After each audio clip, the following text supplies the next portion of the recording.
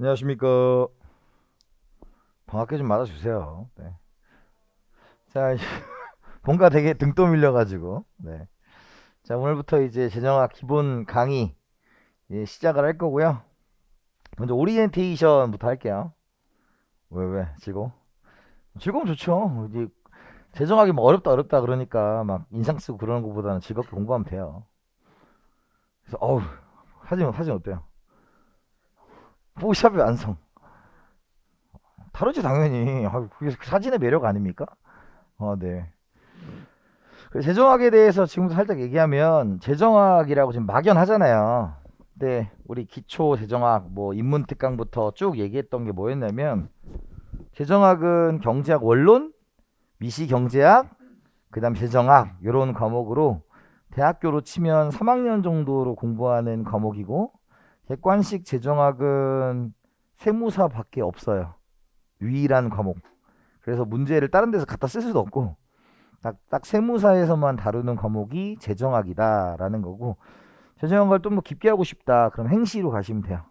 행정고시로 가시면 되고 그것도 2차입니다. 2차. 그래서 그런 게 있고 재정학은 이제 딱 세무사스럽게 공부하시면 될 것 같아요. 그래서 재정학은 이제 이런 순으로 진행이 돼요. 이게 다 스토리가 있어요.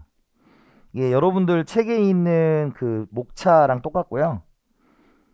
그래서 이제 먼저 대략적으로 스토리를 좀 읽어드리면 처음에는 재정학의 기초라고 해서 바람직한 사회가 어떤 거예요? 라는 얘기를 하면서 효율성과 공평성 그것을 따지는 방법에 대해서 이야기를 하고 재정학이 뭐냐 뭐 이런 얘기를 시작을 하는 거예요.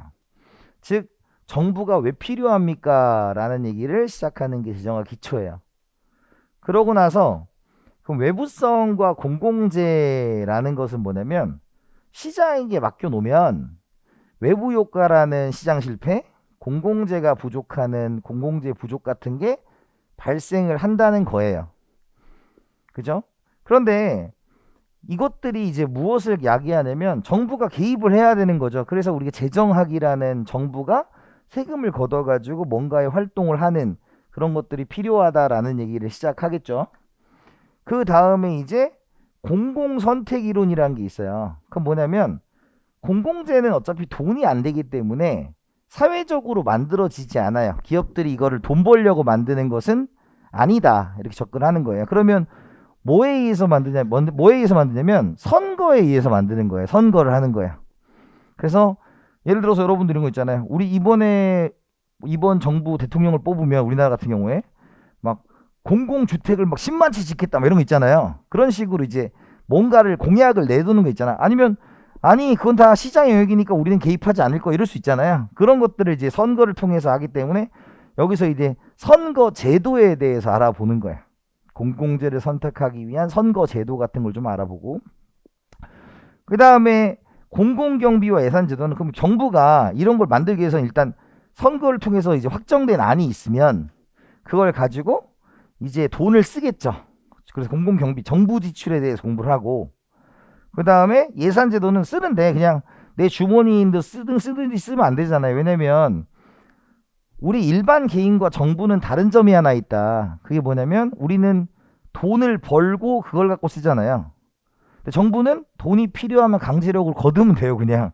그러니까 먼저 쓰고 돈을 거두면 안 돼요. 걔네들은. 그러니까 쓸 거를 계획을 딱 잡아가지고 국회로부터 허락을 받고 그 다음에 돈을 써야 되는 거거든. 그러면 이제 예산 제도가 필요하겠죠. 그죠? 그래서 계획을 잡고 그래서 예산 제도가 뭐가 있는지 살펴봐요. 그 다음에 나오는 게 이제 비용 편익 분석이라면 정부가 사업을 하는데 그냥 막연하게 할 수 없잖아. 밑 빠진 독에 물 붓기는 할 수 없으니까 이게 정말로 타당성이 있고 이 사업을 했을 때 국민들이 좋아할 거냐 막 이런 것들에 대한 따져봐야 되겠죠. 그 따지는 방법이 비용 편익 분석이에요. 이랬어요? 여기까지가 이제 뭐에 대한 얘기냐면 전반적인 얘기들을 하는 거고 여기서부터 조세론이 들어가는 거야.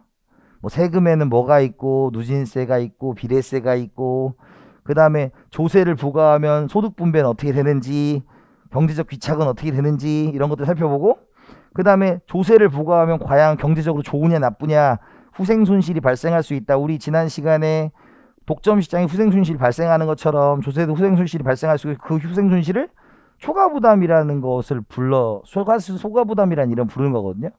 그럼 그 다음에 이제 봐라, 그러면 이걸 어떻게 하면 줄일 수 있냐 라는 걸 공부하는 거예요. 그럼 조세제도는 뭐 소득세도 있고 법인세도 있고 부가가치세도 있고 자산세도 있고 막 이런 것들 있죠. 그런 것들을 이제 배워보는 시간이고, 그 다음에 조세와 경제행위는 조세가 노동에, 조세가 저축에, 조세가 투자에, 조세가 위험 부담 행위에 뭐 어떤 영향을 미칠 거냐를 배우는 거죠. 그래서 여기까지가 이제 뭐예요? 조세론이에요. 조세론. 그 다음에 2020년 시험에 굉장히 각광을 받았던 게 여기였어요. 소득 재분배를 해야 되는데, 빈부격차를 줄여야 되는데 어떤 방법으로 빈부격차를 줄일 거냐. 그래서 뭐 부의 소득세를 줄 거냐, 현금 보조를 할 거냐, 근로 장려세제를 할 거냐, 뭐 이런 것들을 얘기하는 거고, 마지막 기타 주제는 우리가 이제 공채론, 그 다음에 지방재정, 뭐 이런 얘기들을 하기 시작하는 거예요. 그래서 어떤 느낌인지 알겠죠? 그래서 전반적으로 정부가 돈을 왜 쓰는지에 대한 게 5번까지고, 그리고 6번부터는 조세를 부과하면 어떤 일이 벌어지는가를 배우는 거고, 나머지는 이제 기타 주제가 되는 거죠. 그래서 요렇게고요.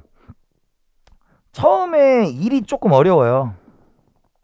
일이 좀 어려워요. 근데 여러분들은 안 어려울 수 있다. 왜? 여러분들만큼 충분히 예방주사를 맞고 넘어온 케이스가 처음이에요. 그죠? 여러분들 단어, 그 다음에 산수, 기초재정학까지 예방주사를 충분히 맞고 갔기 때문에 오히려 여기가 여러분들은 되게 쉬울 수 있습니다.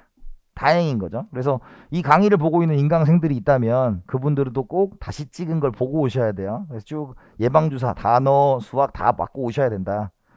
그 다음부터는 이제 여러분 어려운 게 없고요.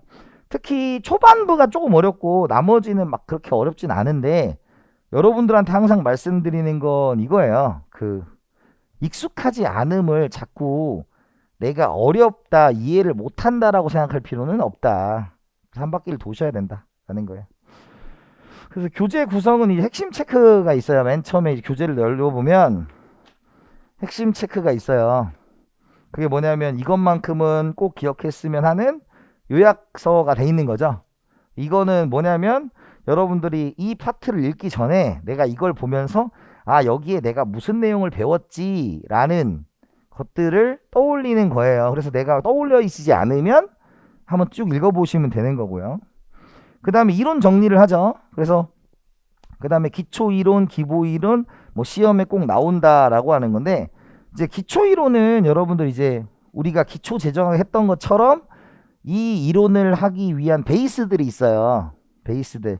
그런 것들을 얘기하는 거고, 기본이론은 이제 재정학스러운 얘기를 하는 거고, 시험에 꼭 나온다는 여러분들한테 풀 시간을 좀 드릴 거예요. 거기 한 문제씩 꼭 나와 있죠. 거기 보면 뭐 10페이지 같이 한 문제씩 나와 있잖아요. 그래서 이게 문제로 어떻게 되는지에 대해서 한번 생각을 해보셔라 라는 거고요. 그 다음에 이제 뒤에 가면 OX가 있어요. 제가 가면 이제 페이지 어디로 가냐면 OX가 있는데, OX부터 하지 마세요. 네, OX부터 보면 어떻게 보면 하나의 단편적인 지식이잖아요. 그래서 기출 응용 문제를 먼저 푸시고 그 다음에 최종으로 내가 점검을 할 때 OX를 하는 게 좋습니다. 아시겠죠? 그래서 이 책에는 어떻게 보면 백과사전 같은 거에 다 집어넣어놨어요. 이론은 다 집어넣진 않았어요. 왜냐면 근데 오해하지 마세요. 안 넣은 건 아니고 특이하게 나오는 건 넣진 않았지만 우리 기본 재정학에 관련된 이론들은 충실히 다 집어넣었다 라고 말씀드릴 수가 있어요. 자, 그 다음에 이제 우리 1년 커리큘럼은 이렇게 돼요. 처음에 이제 기본 강의 했죠. 물론 여기 프리킬로 뭐가 있었어? 단어, 산수 특강, 기초 재정학이 있었죠. 그죠? 그 다음에 기본 강의 하고요. 그 다음에 여러분들 객관식이 한 11월 정도에 있어요. 객관식이 11월 정도에 있고, 그 다음에 최종 정리가 한 2월달 뭐 이 정도 있어요. 그때 이제 하프 모의고사랑 같이 봐요. 그러니까 하프 처음에 이제 20문제씩 하프 모의고사 보고, 그 다음에 이제 우리 시험 전 특강에서 이번에 했던 게 이제 십지선다 및 최종 정리였어요. 십지선다. 다음 중 옳은 것을 모두 고르시오. 옳은 게 아니 시험장에는 그런 문제 없어요. 참고로 이제 실제 시험은 여러분들이 5개에서 옳지 않은 걸 하나 찾는 거라면 여러분들 3개 정도는 그냥 다 보일 거예요, 눈에. 이제 그 정도 가면 이제 2개 갖고 사오나 아니면 이거는 꼭 기억하라고 했는데 이게 틀린 게 있어요. 그게 딱 나오면 그냥 찍으면 그만이야. 근데 연습을 할 때는 이제 대부분이 옳은 것을 모두 고르세요라고 내는 이유가 뭐냐면 실제 유형하고는 조금 거리가 근데 실제 유형에도 옳은 걸 고르시오가 나오긴 해요. 한 문제 정도 나올 때 있고 두 문제 정도 나올 때 있는데 그걸 하는 이유는 그렇게 해서 왜냐면 기출 문제를 풀으라고 했더니 기출 문제는 답만 외우시는 분들이 있어요 또. 오, 답 3번. 이렇게 하면 안 되잖아. 진짜 그런 사람들이 있어요. 그래서 그러면은 남는 게 없단 말이에요. 그러지 말라라는 측면에서 하는 거니까 연습은 연습이고 실제 시험은 또 다른 거니까 그렇게 보시면 될 것 같고 그래서 이렇게 네 가지를 다 따라오시면 돼요. 근데 이제 반드시 말씀드리지만 기초재정학 들으시고 여러분 다 들으셨고 두 번째는 끝까지 수강하셔야 돼요. 이건 진심이에요. 왜냐면 여러분들한테 저도 여러분들처럼 경제학을 처음 공부할 때 힘든 시절이 있었는데 제가 예전에 모 선생님 학원에 다닌 적이 있다가 경제학 수업을 듣다가 탄력성에서 포기한 적이 있어요. 제가 왜 포기했냐면 이해가 안 됐거든. 근데 그 선생님은 저한테 그 선생님 탓을 하는 게 아니라 지금도 현역으로 활동을 하고 계신 분이에요. 근데 그 선생님 탓을 하는 게 아니라 그 선생님은 저한테 그 말을 안 해줘서 끝까지 들으라고 왜 안 했는지가 궁금해요. 제가 다 공부를 하고 나니까 진짜 끝까지 다 들으면 다시 앞으로 돌아오면 이게 무슨 뜻인지 이해가 돼요. 그때는 몰랐는데. 그러니까 그런 거 있잖아요. 여러분 예를 들어서 우리가 이제 고등학교 3학년 때를 한번 떠올려봐. 여러분 어때? 내가 그때 왜 그랬지? 이런 느낌 있잖아. 그런 느낌이니까 꼭 들으셔야 돼요. 꼭 한 번 더 들으셔야 돼요. 강추. 필수예요. 필수. 두 번 듣고 이해 안 되면 되잖아요. 두 번 듣고 이해 안 되면 패스하겠습니다. 자, 내가 시킨 대로 해야지. 내가 책임을 지려면 시키는 대로 해야죠. 그 다음에 문제풀이도 처음부터 스트레스 받아가면서 다 풀라고 하지 마시고 되는 건 되는 대로 하시고 처음 할 때는 안 되는 거대로 하시고 두 번째 되면 어지간하면 다 될 거예요. 그래서 그 다음에 이제 그래서 한번 꼭 들으세요. 다시 인강으로 들으시든 현강으로 들으시든 한번 꼭 다시 들으세요. 꼭 두 번은 필수. 두 번은 필수. 학원 강의를 강매하기 위한 거다. 인강을 강매하기 아니에요. 여러분들을 위한 거예요. 여러분들을 위해. 그러면 두 번 들으면 내 말이 무슨 뜻인지 알게 돼요. 물론 모두에게 해당되는 거 아니야. 전공자는 안 그래도 돼. 전공자. 근데 전공자가 여기 경제학과 손 들어요. 네, 알겠어요. 없잖아. 가끔 경제학과 섞여 있어 여기.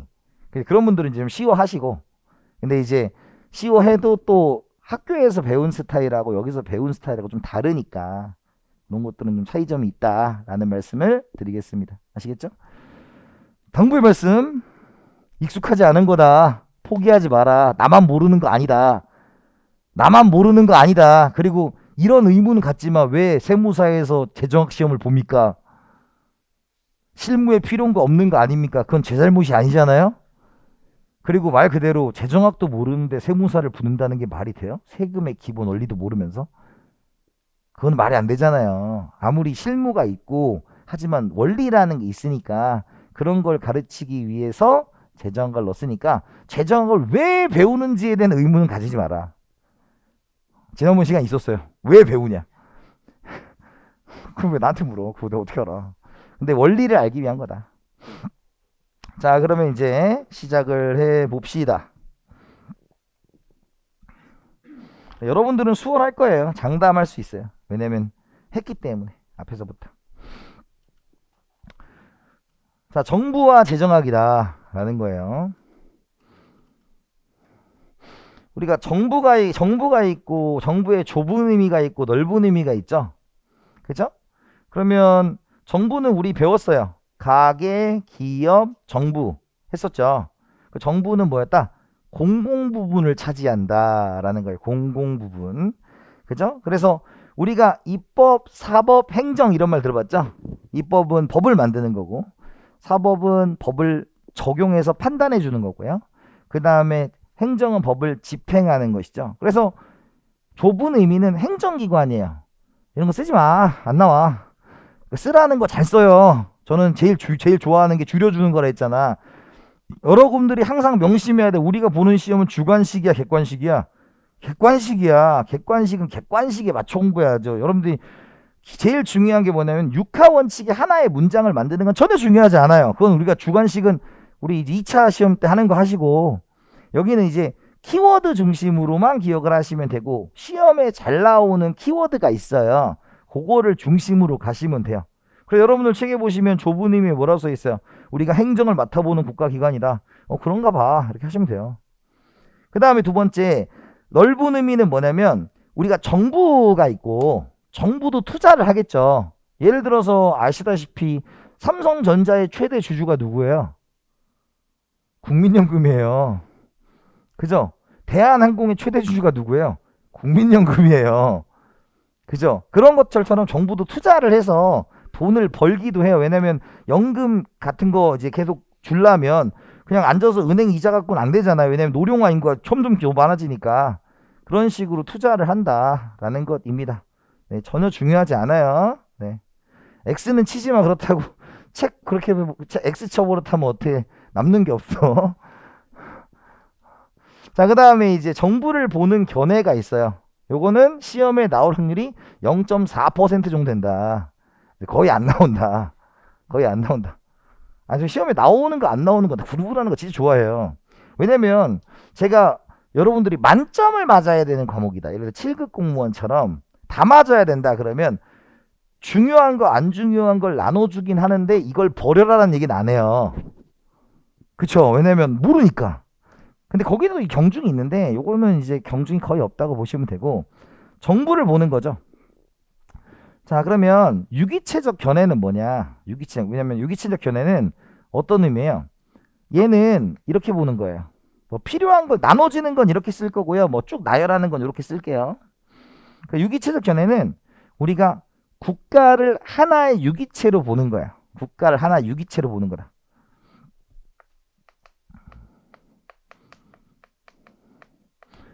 그럼 유기체라는 건 뭐냐면 이런 거죠. 예를 들어서 제가 지금 사실 팔을 되게 걷고 싶거든요.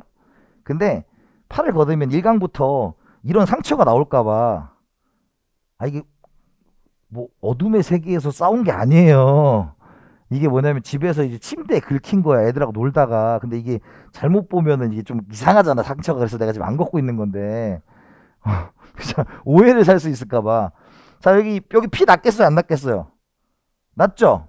나 죽었어? 안 죽었어? 안 죽었죠? 그러니까 부분과 전체 중에서 부분이 다쳐도 전체는 무방하죠. 국가는 뭐예요? 전체. 국민은 뭐예요? 부분. 그럼 유기체는 전체가 중요한 거예요? 국가가 중요한 거예요? 전체가 중요한 거죠. 그래서 얘는 국가와 국민 중에서 국가가 우선한다라는 게 유기체적 견해예요. 이해됐어요? 괜히 팔을 걷은 게 아니에요. 이해됐어요? 그래서 유기체라는 것은 부분보다 전체가 중요하다라는 걸로 체크해 두시면 될 것 같습니다. 그죠? 그 다음에 기계론이라는 것은 뭐냐면 우리가 국가는 뭐다? 국가는 뭐에 불과하다? 기계, 국민을 위한 기계에 불과하다는 거죠. 기계라는 것은 목표를 달성해 주는 수단인 거죠. 그렇잖아요. 여러분들 시계가 왜 있어요? 지금 제가 핸드폰을 바꾼 지 지금 3년째가 다 돼요. 제가 이렇게 써본 적이 없는데 우리 동네 형이 핸드폰 가게를 해. 그래서 핸드폰을 내가 딴 데서 바꾸면 그 형이 맘상할 거 아니야. 내가 그 형한테 그랬어요. 형, 나 핸드폰 너무 바꾸고 싶다. 그랬더니 핸드폰 잘 되잖아. 근데 바꾸지 마. 그래서 형 파는 사람이잖아요. 그러니까 난 너에게 장사를 하고 싶지 않아. 난 뭐냐고. 나는 뭐냐고. 근데 요즘에 이제 드디어 불안감이 들기 시작한 게, 핸드폰이 맛이 가기 시작한 게 뭐냐면 배터리가 20%에서 갑자기 5%가 돼요. 그게 맛이 간 거잖아. 지금까지 그게 시작됐어 지금. 그래서 이제 만약에 배터리가 20%에서 5%가 되는 상황이 되면, 제가 만약에 아침 수업이 있을 때 배터리가 나가면 못 일어나잖아. 도구로서의 가치가 없는 거죠. 그럼 갈아야지.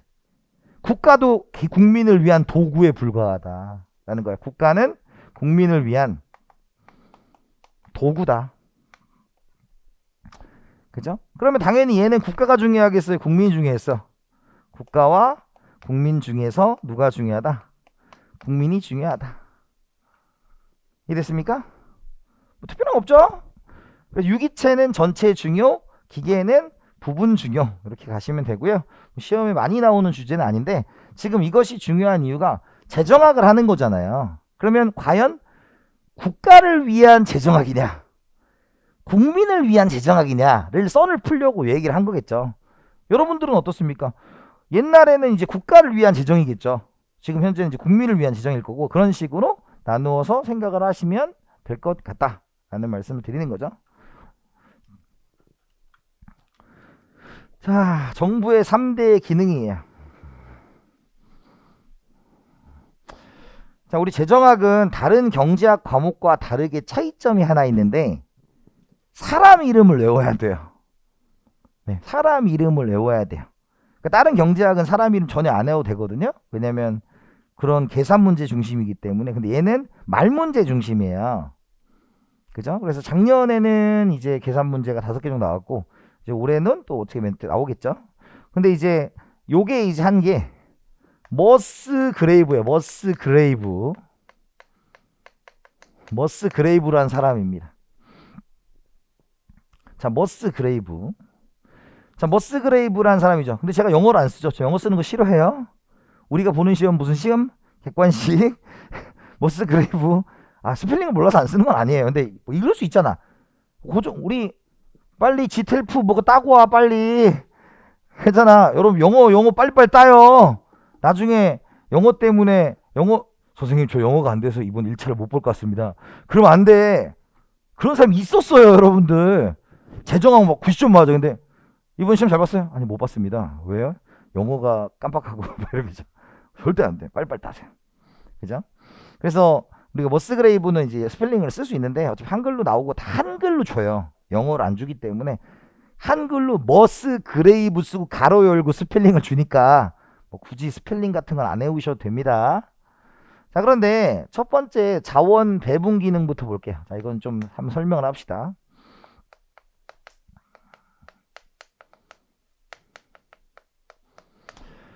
자, 정부의 3대 기능인데 먼저 자원 배분이라는 게 있죠. 그래서 배분이라는 건 뭐였냐면 자원의 흐름이었어요. 자원의 흐름.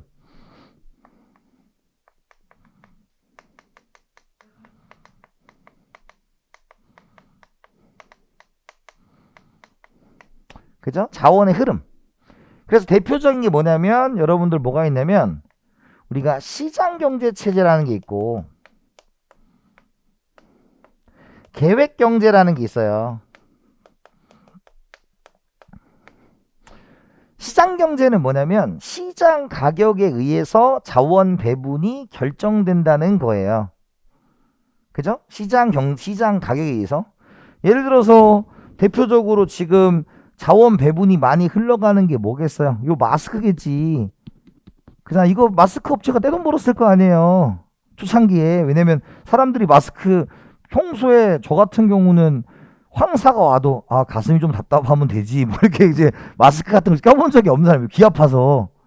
근데 이제 오늘도 이 수업 들어오는데 갑자기 이제 아무 생각 없이 나왔는데 갑자기 너무 시원한 거야. 그랬더니 뭔가 빠진 것 같은데 그런데 이제 입이 여기 가리는 게 없더라고. 그래서 다시 데려가서 차고 왔어요.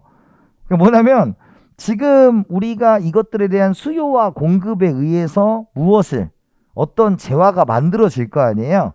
그 가격에 의해서 만들어지는 게 시장경제체제라는 거예요. 근데 계획경제체제는 국가가 계획을 하는 거죠. 뭐 마스크는 이번에 10만 개다 이렇게 얘기하는 거죠. 자, 그런데 지금 우리가 아는 것은 계획경제는 어차피 폭망한 시스템이니까 요거 갖고 할 거냐. 근데 여러분들 지난 시간에 우리가 완전경쟁시장을 배울 때 기초재정학 때 자원의 효율적 배분이란 말을 했을 거예요. 그죠? 그게 다시 표현하면 말은 그런 표현이지만 적정 생산이 되는 경우죠. 적정 생산.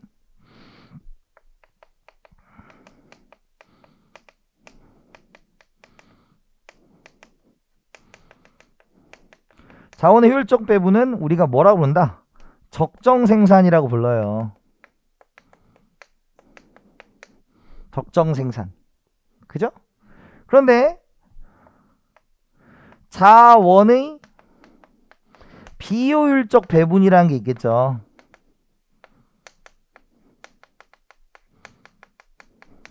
자원의 비효율적 배분. 아, 그리고 여러분들 여기다가 이걸 드리는 이유는 이 얘기를 설명할 거니까 길을 잃지 말라는 거예요. 여러분들 그냥 막 적다 보면 내가 뭘 적고 있나 이럴 때 있잖아. 그래서 이걸 드리는 거야, 이거를. 이해됐어요? 그러면 자원의 비효율적 배분은 과소 생산되거나 과다 생산되는 경우예요. 그죠? 그러면 과소 과다 생산되면 이것을 시장 실패라고 불러요. 자원의 비효율적 배분. 감정은 담을 필요가 없어요. 그냥 많거나 적으면 시장 실패라고 부르는 거예요. 그러면 이 과소 과다가 됐을 때 정부가 과소인가 봐, 과다인가 봐, 그러면 돼요, 안 돼요? 안 되겠죠. 여러분들 예를 들어서 지난 시간에 배운 내용 중에서 이거였어요. 과소 생산의 대표적인 게 뭐냐면 독점이에요. 그죠? 우리가 완전 경쟁 수준보다 가격이 높고 수량은 적다 그랬잖아. 그러면 얘가 과소가 독점이니까 와, 너 독점하니? 그렇구나. 이게 정부야? 아니잖아. 다시 이렇게 만들어줘야 할 거 아니야. 그때 뭐예요? 개입을 하는 거죠. 개입. 독점 거래에 관한 법률, 그런 개입을 하는 거겠죠. 그럼 첫 번째가 정부의 3대 기능 자원 배분 기능에서 이제 뭐 배울 거야? 시장 실패의 내용은 뭔지, 그리고 정부가 어떻게 개입하는지를 배우겠죠, 우리가. 그래서 여러분들 기초지정에서 우리가 외부성 공공재 그 다음에 그건 안 배울게요 라고 했던 게 이제 이거를 우리가 본격적으로 해야 되니까 여기서 하면 돼요. 그럼 자원 배분이 뭐라고요? 자원의 효율적 배분. 근데 그렇지 못한 상황이 됐을 때 정부가 해야 된다. 정부의 기능이다. 이렇게 하는 게 첫 번째 자원 배분 기능이에요. 이해됐어요? 네, 여러분들은 그냥 자원 배분이라면 자원의 흐름을 정부가 조절합니다. 끝이에요. 뭐 이걸 아주 복잡하게 내진 않고, 이것은 여러분들 뭐냐면 행정학을 배우든 재정학을 배우든 가장 정부가 무엇을 해야 되는가를 배우는 시간입니다. 이게. 그죠? 자, 그 다음에 두 번째 소득 분배 기능이 있어요. 자, 소득 분배 기능입니다. 소득 분배라는 것은 우리가 일반적으로 이제 분배라고 하면 뭐라 그랬어? 인컴으로 생각하라 그랬죠. 인컴.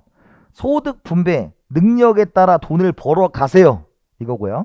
그 다음에 소득 재분배는 빈부격차가 너무 크니까 좀 조절을 하려고 부자한테 세금을 조금 많이 걷고 가난한 사람한테 보조금을 주고 뭐 이런 시스템을 얘기하는 거겠죠. 그래서 우리가 소득 분배는 우리가 기본적으로 우리가 빈부격차 이렇게 하면 되겠지. 자, 우리가 소득 분배가 있고 소득 재분배가 있겠죠. 그죠? 그래서 지금 소득 분배는 뭐야? 각각의 능력에 따라 뭐 업적에 따라 돈을 버는 걸 거 아니야. 그죠? 그래서 근데 재분배는 어때요? 지금 요 차이를 여러 가지 정부가 정책을 통해서 재분배를 하는 거죠. 그죠? 그래서 빈부격차를 뭐 하는 거다? 빈부격차를 줄이려고 하는 것이 소득 재분배입니다. 우리가 자원 배분이 뭘 중시하는 거냐면 효율성을 중시하는 개념이라면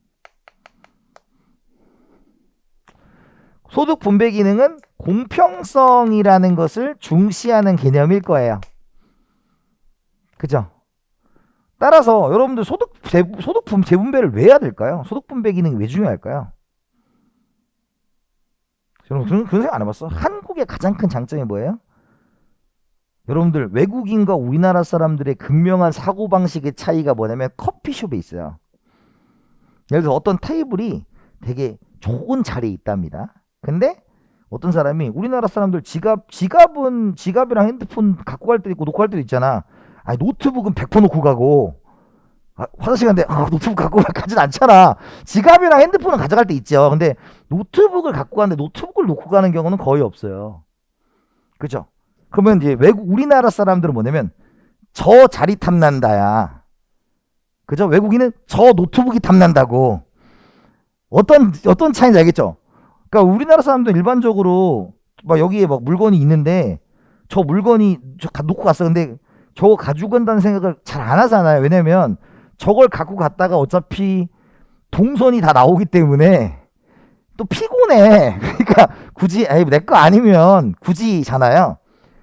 여러분들 우리나라에서 여러 가지 막 시위나 집회를 하고 모임을 가진 다음에 그 모임이 끝난 다음에 그냥 집에 가죠.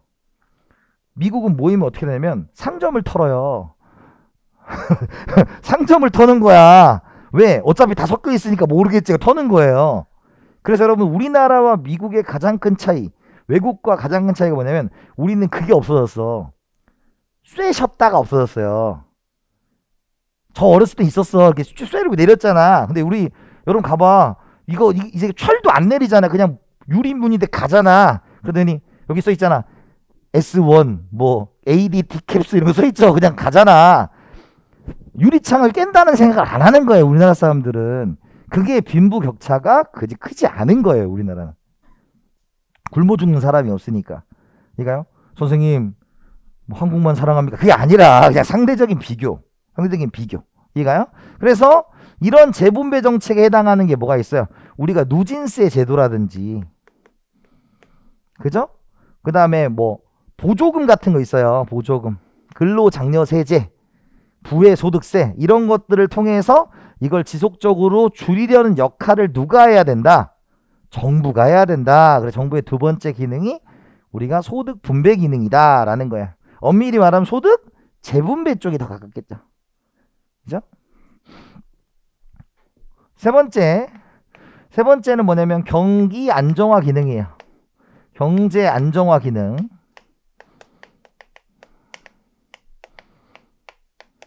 경제 안정화 기능이에요. 그죠? 그럼 이건 뭐냐면 한 나라의 경기라는 용어가 있어요. 경기는 전반적인 경제 상태를 의미해요. 전반적인 경제 상태.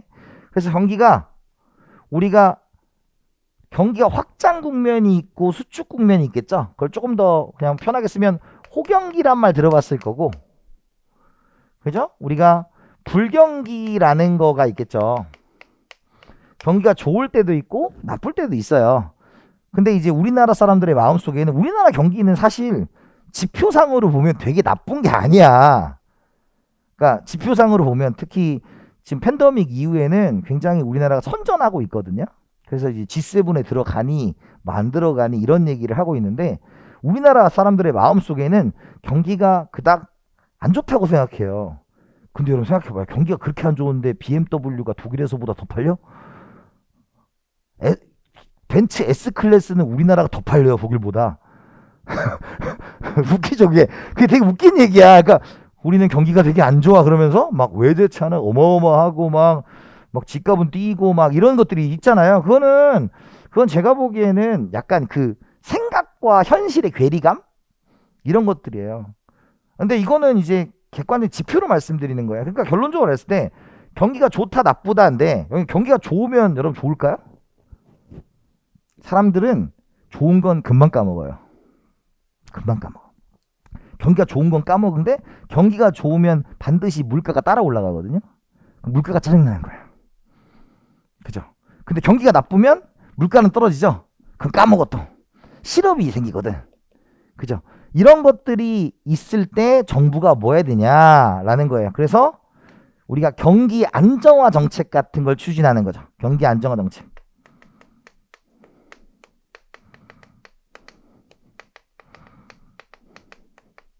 대표적으로 이게 뭐냐면 국공채를 발행하는 거예요.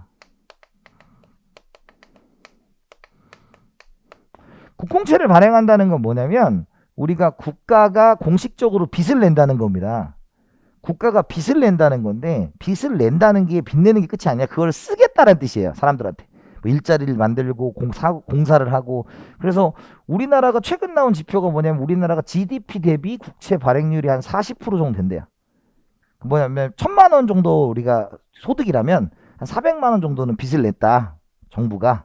근데 이제 일본이 200% 200% 1000만 원이 GDP면 2000만 원 빚을 냈다 뭐 이런 느낌이에요.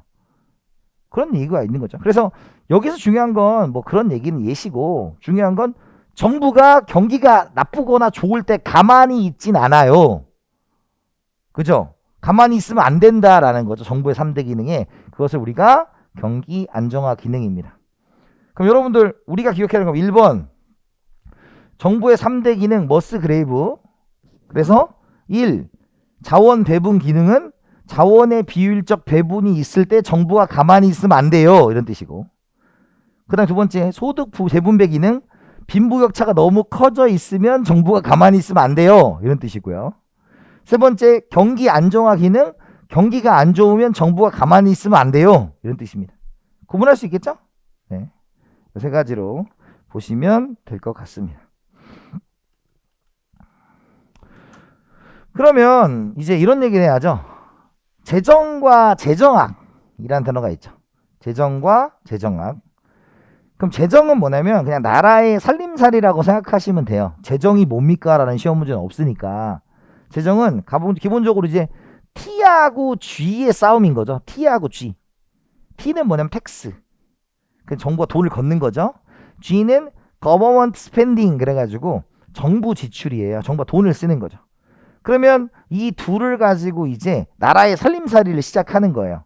그럼 나라의 살림살이를 하는 이유는 뭐예요? 정부의 3대 기능인 자원 배분, 그 다음 소득 재분배, 그리고 경기 안정화를 하려고 하는 거죠. 그렇잖아요. 그래서 요거를 본격적으로 연구한 학문이 뭐다? 재정학이다 라는 거죠. 그래서 재정학 뭐라고 써 있습니까? 공공부문의 경제적 기능과 역할을 체계적으로 연구 분석하는 경제학의 한 분야이다. 이렇게 써 있죠? 재정학에선 정부의 정책이 사회의 후생 수준 증가에 바람직한지 여부를 평가하는 일이 주요 과제 중 하나이다. 안 외우셔도 돼요. 재정학은 뭐다? 시험 과목이다. 여러분들한테 그냥 시험 과목. 그죠? 정부와 관련된 걸 배우는 시험 과목이다. 입니다. 그걸 다 외울 필요는 없어요. 자, 그 다음에 이제 요 얘기를 해봐야죠. 사회의 후생평가의 기준이다 라는 겁니다.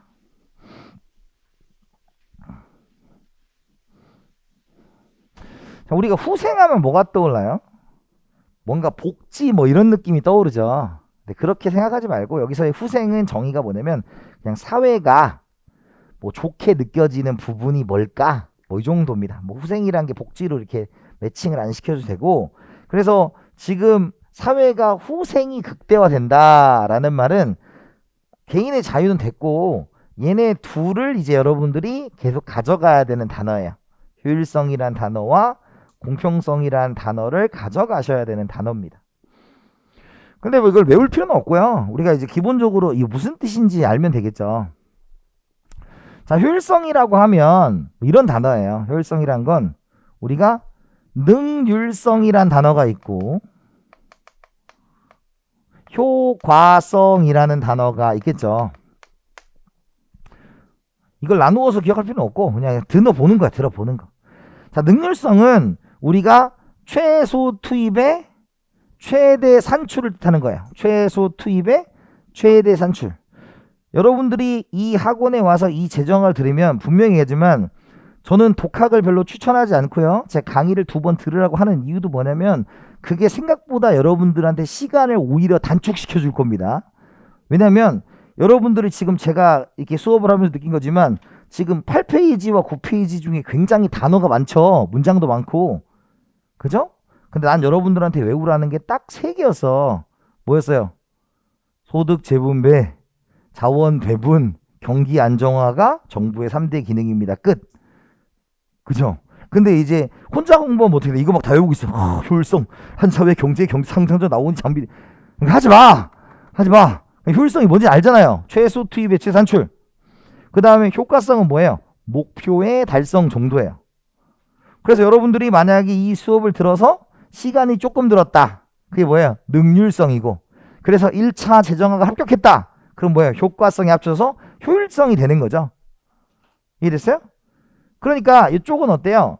우리가 이제 뭐하고만 관련이 있는 거냐면 우리가 효율성하고 관련이 있지만 효율성은 효율성이지만 얘는 공평성이랑은 관련이 없어요.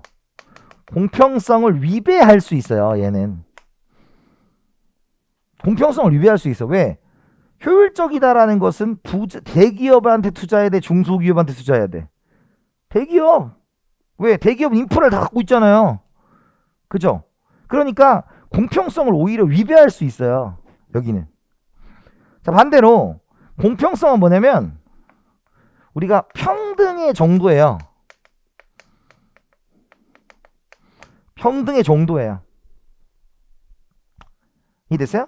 그럼 평등의 정도라는 건 뭘 얘기했어? 얼마나 평평하게 갖고 있느냐? 뭐 이런 얘기겠죠. 그죠?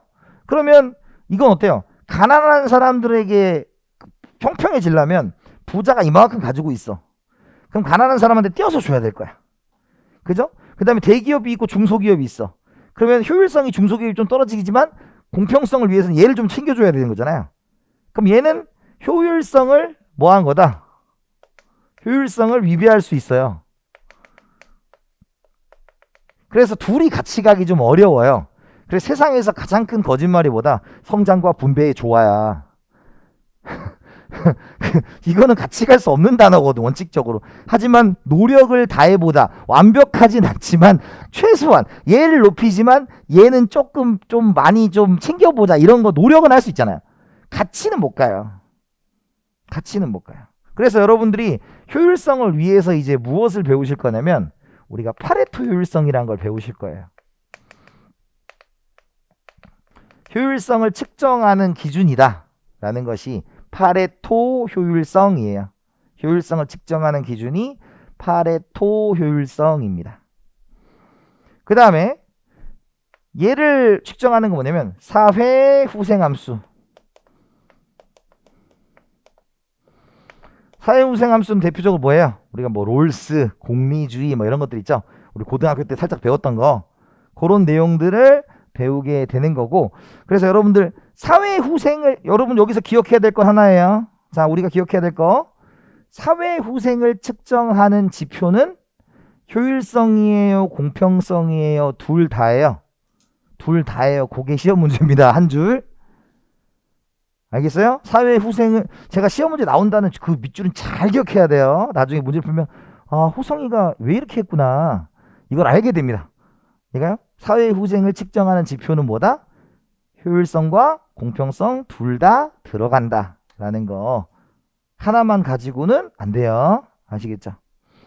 그 다음에 개인의 자유가 있겠죠. 당연히 이 사회는 개인의 자유가 뭐가 돼 있어야 돼? 보장이 되어 있어야죠.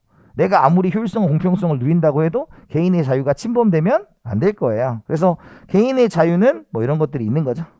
그래서 거기 보면 1번에 사람들의 개인의 자유가 완벽히 보장되어 있을수록 사회후생이 더 커지는 것으로 본다, 이렇게 써 있죠. 그죠? 근데 그런 거 안 외우셔도 돼요. 개인의 자유는 뭐다? 중요하다. 끝. 이해됐어요? 우리가 기억할 건 이 둘을 중심으로 기억을 하시면 됩니다. 아시겠죠? 자, 그러면 배웠으니까 시작합니다. 문제.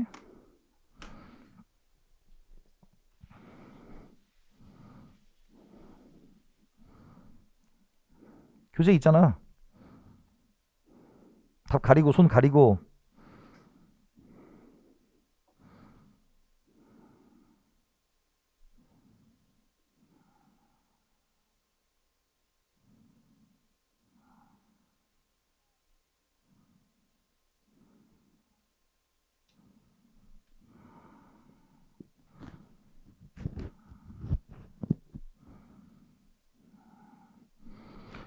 자, 봅시다. 정부의 3대 기능이죠. 그래서 첫 번째가 뭐였어요? 자원 배분. 두 번째가 소득 분배. 세 번째가 경기 안정화였죠. 과다 생산되는 경우 조세 부과, 과소 생산되는 경우 보조금 지급이다라는 거죠. 그러니까 과다 생산되면 생산을 못하게 만들어야죠. 그러니까 조세를 부과하는 것. 하지 마. 생산이 안 되면 보조금을 지급해서 어쭈쭈 해줘야죠. 그래서 이건 뭐가 있는가? 자원 배분 기능이죠. 그 다음에 비례세 사회보장제도 등의 수단을 통해 적극적 역할을 수행한다라는 거죠. 그래서 사회보장제도는 우리가 소득 분배 기능이긴 한데 비례세가 아니겠죠. 얘가 뭘로 바뀌어야 돼? 누진세로 바뀌어야 되겠죠. 이거는 여러분들 상식적으로 보시면 돼요. 출제되지 않았어요. 이게 없으면 출제 안 된 거예요. 네, 아직 출제되는 걸 할 파트가 아니기 때문에 나중에 배우실 거예요. 그 다음에 물가와 안정고용을 위해 정부의 정책적 개입이죠. 이걸 우리가 뭐라고 그래요?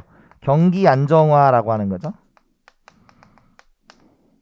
그러니까 완전 고용을 달성하는 건 목표예요. 근데 여러분들 경제학적으로는 완전 고용의 정의가 우리가 알고 있는 완전 고용과 달라요. 그러니까 경제학적으로는 마찰적 실업, 자기가 이직을 위해서 일자리를 찾는 경우, 그리고 구조적 실업, 뭐 실업연금을 받으면서 우리가 일자리를 찾는 경우는 실업자로 보지 않아요. 경제에서는.